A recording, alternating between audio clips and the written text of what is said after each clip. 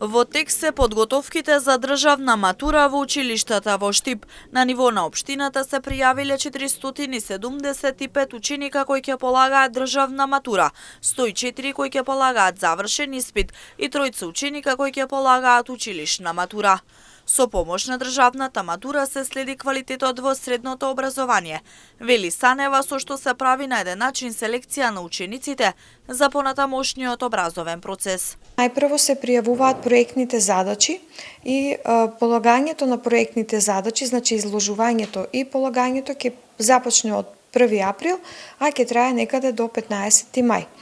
Потоа во јуни следува полагањето на државната матура. На 1 јуни ќе се полага испитот за задолжителен предмет македонски јазик и литература или соодветен јазик на етничката заедница. Потоа на 8 јуни се полага вториот задолжителен, но изборен предмет, а тоа е математика или некој странски јазик во зависност од изборот на ученикот.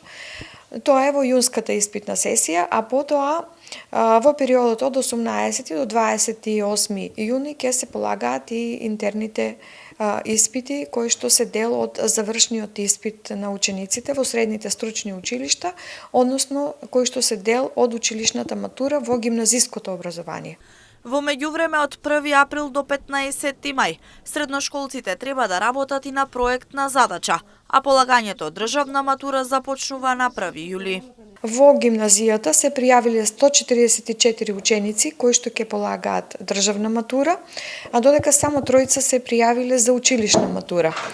Во средното стручно училиште, во средното општинско училиште Колен Ехтенин, имаме пријавено 118 ученици кои ќе полагаат државна матура, 42 ученици кои имаат завршено трет степен на образование, односно со 3 годишно средно образование, имаме 31 ученик со 4 годишно средно образование кои ќе полагаат всушност завршен испит. Во средното медицинско училиште се пријавиле 207 ученици за државна матура и 15 ученици за завршен испит. Во средното текстилно училиште Димитар Мирашчиев се пријавиле вкупно 16 ученика за завршен испит и 6 ученика за државна матура. Државната матура, освен во јулската сесија, се полага и во термини во август.